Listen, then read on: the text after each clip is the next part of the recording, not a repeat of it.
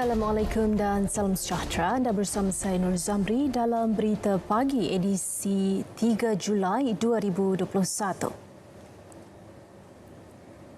Bermula tengah malam tadi, Perintah Kawalan Pergerakan diperketatkan PKPD dilaksanakan di beberapa mukim di Selangor dan lokaliti di Kuala Lumpur. Arahan itu berkuat kuasa sehingga 16 Julai. Tinjauan di PPR Kerinci mendapati penghadang jalan dipasang bagi mengawasi pergerakan tanpa kebenaran oleh penduduk di lokaliti tersebut.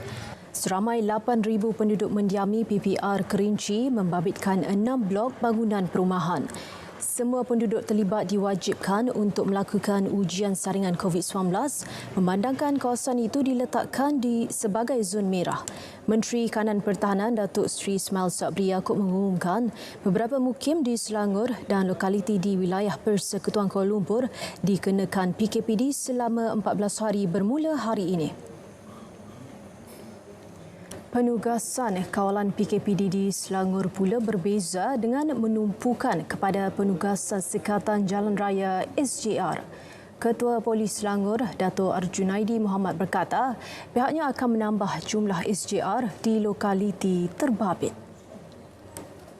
Beliau berkata penambahan kawalan SJR itu dibuat mengikut keperluan setiap mukim PKPD bagi mengawal laluan keluar dan masuk.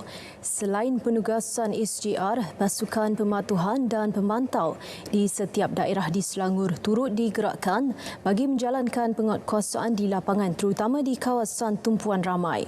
PKPD di Selangor membabitkan 34 daripada 57 mukim di 8 daripada 9 daerah di Selangor. 10 lokasi baharu dikenakan Perintah Kawalan Pergerakan diperketatkan PKPD di seluruh negara. Ia berkuat kuasa esok selama 2 minggu.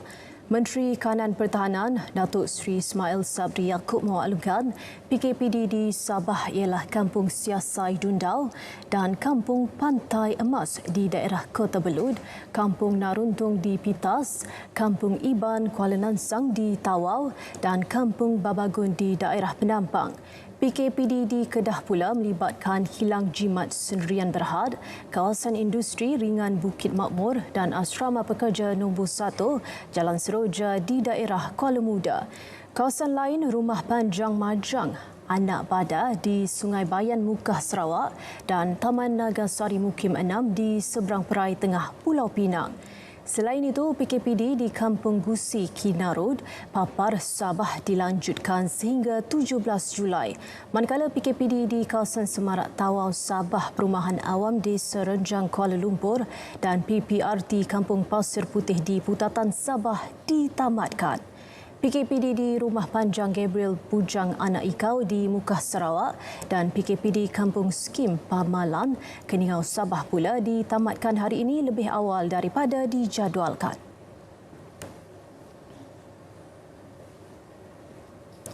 Baik, sementara itu, operasi Pejabat Pesuruhjaya Sumpah adalah dibenarkan sepanjang tempoh fasa pertama Pelan Pemulihan Negara kecuali di kawasan PKPD. Menurut Datuk Seri Ismail Sabri Yaakob, keputusan itu mengambil kira peranan pentingnya dalam memberi sokongan kepada sektor hartanah dan perbankan selain operasi melibatkan kontrak dan urus niaga.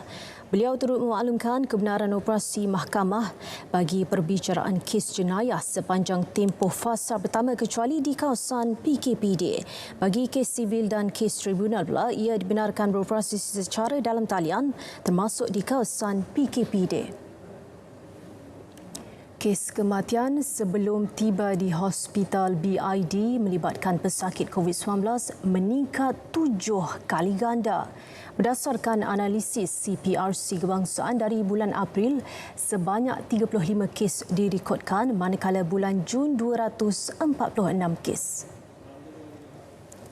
Ketua Pengarah Kesihatan Tan Sri Dr. Nur Hisham Abdullah memaklumkan sebanyak kes kematian BID daripada kumpulan umur 50 sehingga 70 tahun.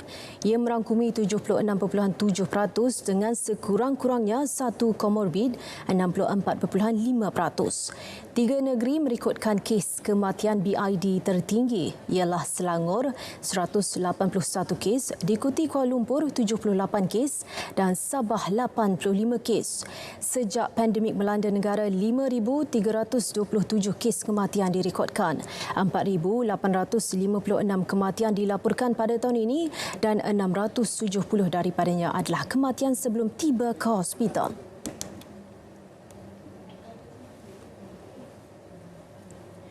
Sementara itu, kes baharu dalam negara terus merekodkan angka melebihi 6,000 untuk 4 hari berturut-turut. Semalam 6,982 kes baharu dilaporkan dengan Selangor kekal merekodkan jumlah harian tertinggi 2,907 kes. Kematian pula merekodkan 73 kes dan berikut statistik harian COVID-19 diikuti jumlah kes mengikut negeri.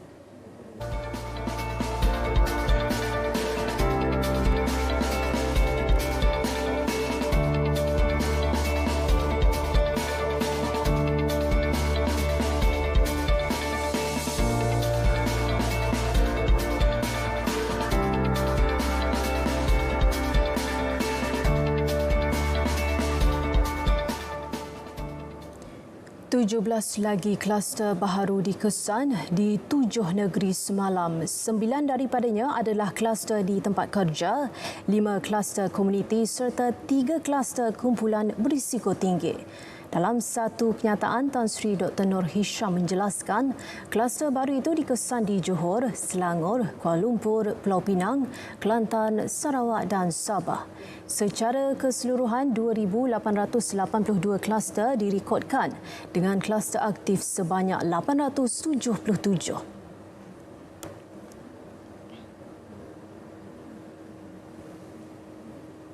Berikutan tidak mengimbas QR Code MySejahtera, 5 orang pekerja binaan ditahan pihak berkuasa. Tangkapan dibuat dalam operasi bersepadu IPD Sentul bersama Dewan Bandaraya Kuala Lumpur DBKL.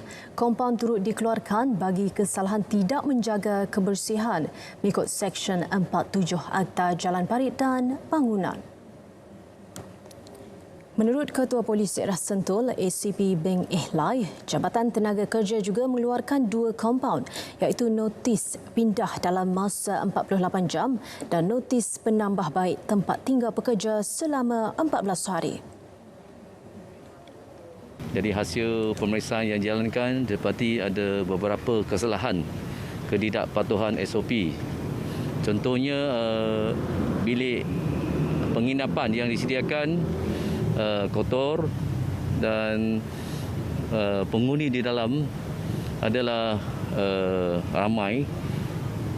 Jadi kesalahan yang nyata adalah tiada penjarakan sosial. Bagi Pengarah Jabatan Tenaga Kerja Wilayah Persekutuan Kuala Lumpur, Cik Muhammad Rokman Cik Awang, kesalahan ini tidak akan dikompromi lagi. Pihak majikan harus bertanggungjawab bagi kesalahan yang tidak mematuhi SOP bagi mengekang wabak dari kluster pembinaan. Baik saudara, siaran berita pagi di TV1 berakhir di sini. Anda boleh terus mengikuti berita pagi di saluran berita RTM dan saluran OK. Pastinya yang sahih di berita RTM.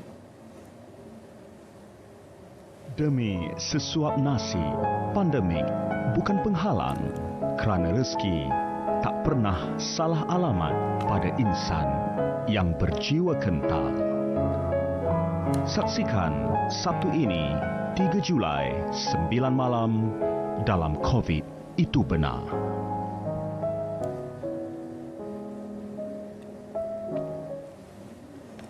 Satu pasukan pematuhan SOP ditubuhkan di tapak pembinaan di kawasan Seliaan Ibu Pejabat Daerah Polis Tangguhangi.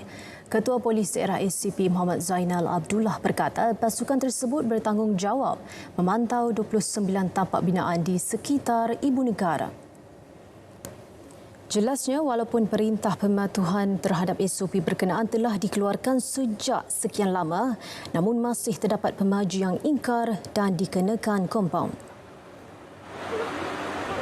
Kalau di asrama tadi, kita tidak nampak ada pengimbas suhu. Jadi kita telah mengeluarkan kompaun ke atas pemilik bangunan ini ataupun pemaju. Jadi perlu semua orang menjaga SOP yang telah ditetapkan. Jangan melihat kepada nilai kompaun, tetapi lihatlah kesannya sekiranya kita dijangkiti dengan penyakit ini. Beliau ditemui selepas mengadakan ops pematuhan di 2 tapak pembinaan bersama-sama Jabatan Tenaga Kerja, Dewan Bandaraya Kuala Lumpur, Perkeso dan agensi berkaitan di sekitar Ibu Negara. Di Kuching, Sarawak, sebuah kilang makanan dikenakan kompaun kerana gagal menyediakan cecair pembasmi kuman. Ketua Polis Daerah Kuching ACP Amsun Barjah berkata kompaun itu dikeluarkan dalam ops patuh di kawasan perindustrian Bintawa. Dalam operasi tersebut, 15 kompaun dikeluarkan terhadap permis perniagaan dan kilang yang gagal mematuhi SOP ditetapkan. Nilai kompaun dianggarkan mencecah RM31,000. Persidangan Parlimen akan diadakan secepat mungkin sebelum 1 Ogos. Perkara itu diputuskan Perdana Menteri Tan Sri Muhyiddin Yassin selaku Ketua Majlis Parlimen. Menerusi satu kenyataan, Menteri di Jabatan Perdana Menteri, Parlimen dan Undang-Undang, Datuk Seri Taqiyuddin Hassan berkata perkara itu akan dimuktamadkan dalam mesyuarat Jemaah Menteri pada 7 Julai ini. Tegas beliau, Kerajaan Persekutuan sentiasa menjunjung titah pandangan Yang di-Pertuan Agong dalam semua hal berkaitan pemerintahan negara, termasuk yang berhubung dengan persidangan Parlimen. Pada 30 Jun, Yang di-Pertua Dewan Negara Tan Sri Dr. Rais Yatim dan Yang di-Pertua Dewan Rakyat Dato' Azhar Azizan Harun dalam kenyataan bersama mencadangkan kepada Perdana Menteri agar sidang khas Parlimen diadakan sebelum 1 Ogos mengikut peruntukan undang-undang sedia ada. Cadangan itu berikutan Yang di-Pertuan Agong Al-Sultan Abdullah Riayatuddin Al-Mustafa Bilal Shah sekali lagi menzahirkan pandangan bahawa sidang Parlimen perlu dilaksanakan secepat mungkin.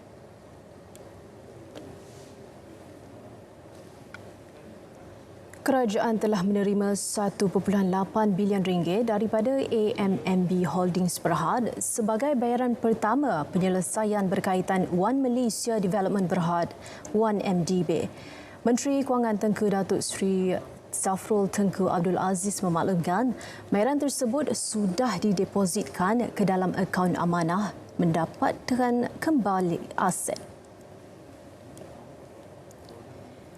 Baki bayaran penyelesaian sebanyak RM1.3 bilion akan dilunaskan oleh AMMB Holdings Berhad Disember ini dan Julai 2022 masing-masing berjumlah RM515 juta. Sehingga kini akaun amanah itu telah menerima RM18.176 bilion dana yang disita dan dipulangkan berkaitan 1MDB. Dana-dana itu telah dan akan digunakan untuk melunaskan baki hutang 1MDB dan SRC International Sendirian Berhad.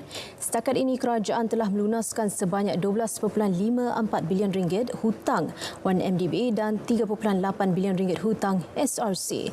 Sehingga 30 Jun lalu, baki hutang merangkumi prinsipal dan kupon, keuntungan dan faedah pun, sukuk dan pinjaman berjangka berjumlah RM39.66 bilion bagi 1MDB dan RM1.85 bilion bagi SRC. Bapa kepada 5 anak mengaku tidak bersalah di Mahkamah Seksyen Kuala Lumpur atas pertuduhan membuat komunikasi jelik melalui aplikasi Facebook mengenai proklamasi darurat. Pengakuan itu dibuat selepas kertas pertuduhan dibacakan di hadapan Hakim Mahyun Talib. Tertuduh 40 tahun didakwa secara sedar membuat penghantaran itu dengan niat untuk menyakitkan hati orang lain pada 12 Januari lalu. Pautan itu dibaca di Pejabat Bahagian Siasatan Jenayah Cyber dan Multimedia, Jabatan Siasatan Jenayah Komersial, Ibu Pejabat Polis Bukit Aman tingkat 27 Menara KPJ pada 4.12 petang tarikh sama.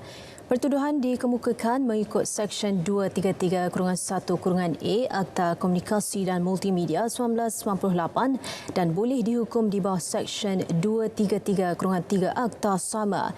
Jika sabit kesalahan boleh didenda maksimum RM50,000 atau penjara hingga setahun atau kedua-duanya sekali. Selain itu, dia juga dikenakan denda RM1,000 bagi setiap hari kesalahan itu diteruskan selepas pensabitan. Tertuduh dibenarkan ikat jamin RM3,000 dan kes disebut semula 3 Ogos.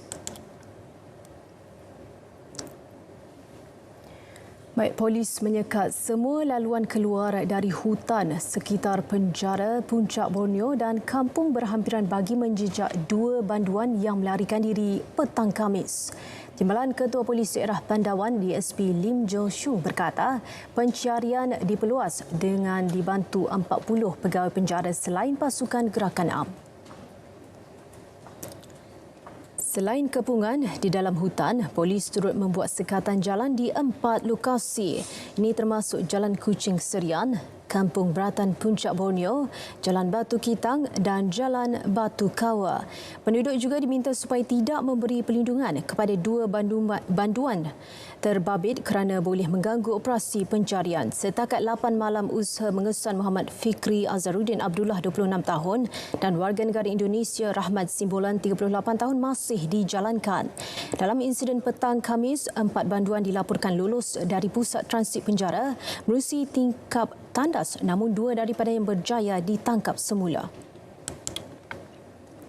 Baik, ini pula di Miri, 2 lelaki tempatan ditahan kerana terlibat dengan aktiviti penyalahgunaan dadah. Tangkapan dibuat dalam serbuan di sebuah rumah di Jalan Akasia 3, Shah Garden, Isnin lepas. Turut dirampas 5 bungkusan berisi ketulan kristal disyaki dadah jenis methamphetamine seberat 4.6 kilogram. Ketua Polis Daerah Miri SCP Hakimal Hawari berkata dalam serbuan itu polis turut menyita sebuah kenderaan. Keseluruhan rampasan dianggarkan bernilai RM167,112. Saringan awal air kencing mendapati kedua-dua suspek positif dadah methamphetamine. Kedua-dua suspek berusia 36 dan 30 tahun itu direman selama 7 hari sehingga 6 Julai. Kes disiasat di bawah Seksyen 39B Akta Dadah Berbahaya 1952 dan jika disabit kesalahan boleh dijatuhi hukuman mati. Tadi saya balik kerja tu, anak saya bagi satu lukisan dekat saya, dia just tulis kakak ibu. Banyak yang telah diviralkan di WhatsApp sehingga kedua kampung ini tidak mau menerima suntikan vaksinasi ini.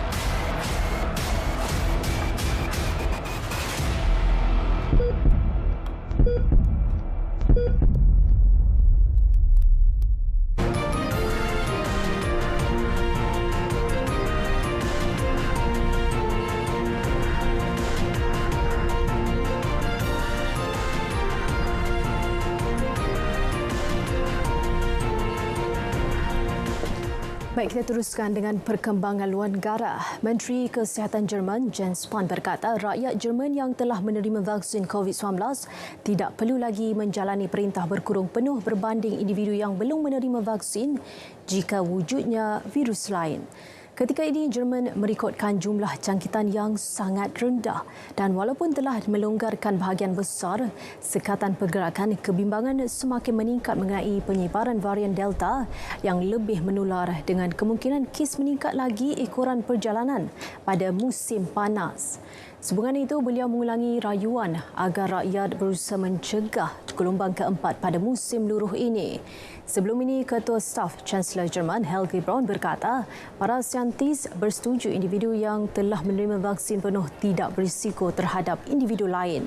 Lebih 55.1% golongan dewasa atau 45.8 juta penduduk di Jerman telah menerima sekurang-kurangnya 1 dos vaksin COVID-19. Manakala lebih telah melengkapkan kedua-dua dos. Baru-baru ini Jerman membuka vaksin BioNTech Pfizer kepada remaja berusia 12 hingga 15 tahun. Setakat ini kira-kira 400,000 golongan berkenaan telah menerima dos pertama. Jerman merekodkan 649 kes baru dalam tempoh 24 jam dengan 69 kematian pada Jumaat. Ini menjadikan jumlah keseluruhan 3.7 juta kes sejak pandemik bermula dengan 91,000 kematian.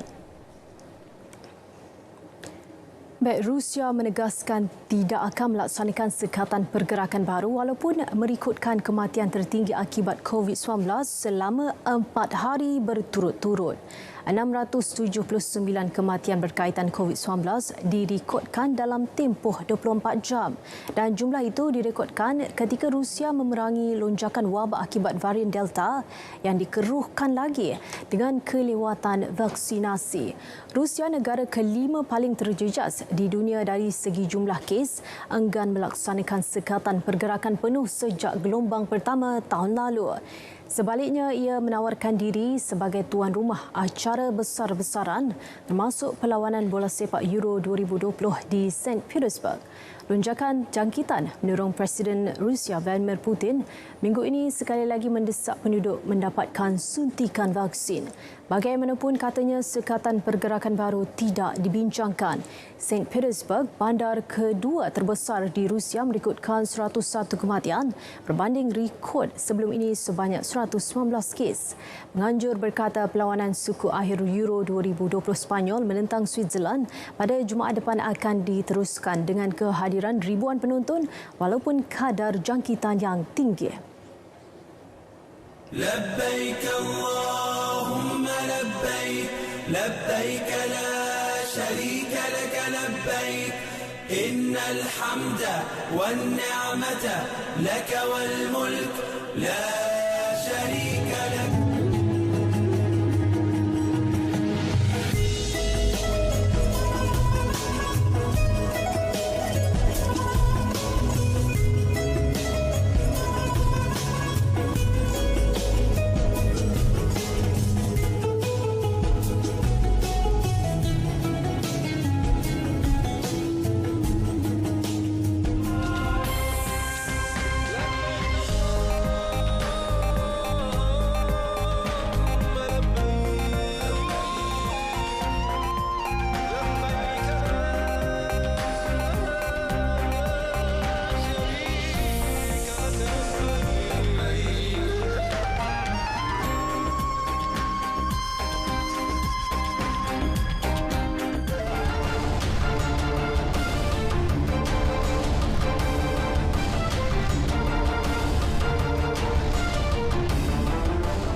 Baik, perkembangan sukan ini berita gembira buat peminat hoki tanah air. Selepas lebih 1 dekad tidak menganjurkan kejohanan hoki berprestij, kini Malaysia diumum sebagai tuan rumah Piala Dunia Remaja FIH 2023. Perkara tersebut dimaklumkan Konfederasi Hoki Malaysia MHC hari ini. Presiden MHC, Datuk Seri Subhan Kamal berkata kali terakhir Malaysia menjadi tuan rumah kejohanan tersebut ialah pada tahun 2009. Malaysian Hockey Confederation would like to inform that we have actually participated in the bid by FIH, Federation of International Hockey, for the Junior Men's World Cup 2023.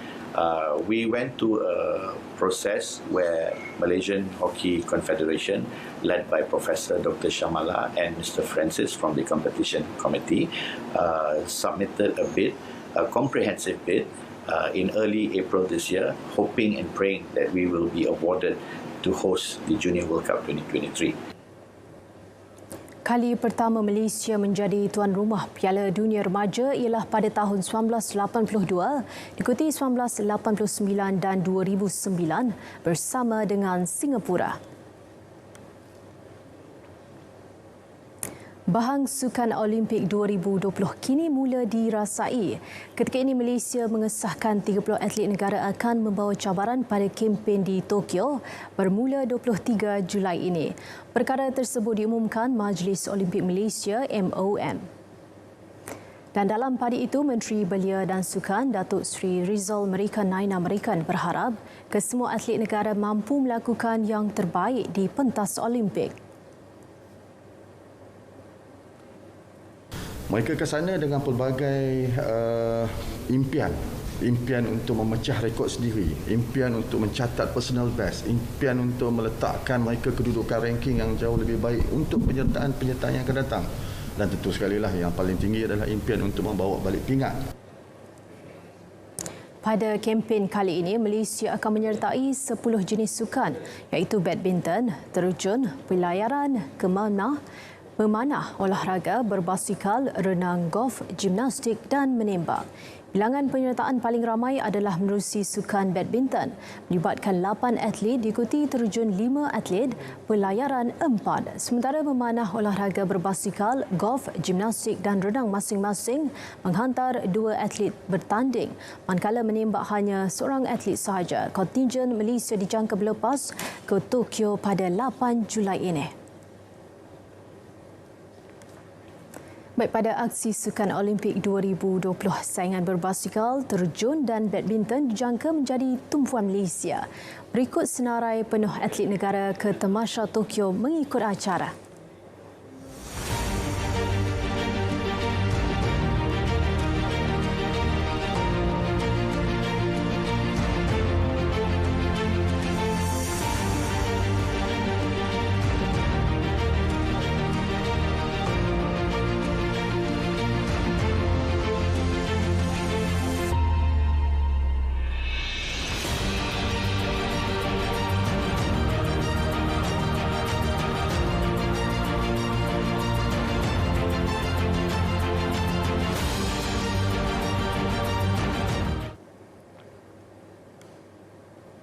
Atlet menembak negara Nur Suryani Muhammad Al-Taibi mengakui cabaran paling besar bakal dihadapi pada Sukan Olimpik 2020 adalah melawan diri sendiri.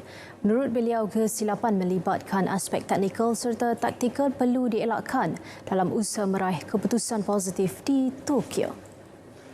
Nur Suryani yang akan beraksi dalam acara 50 meter rifle 3 position menjelaskan fokus utamanya kini adalah untuk mendapatkan konsistensi dalam setiap bidikan. Dia lebih kepada teknikal lah, dengan taktikal. Okay.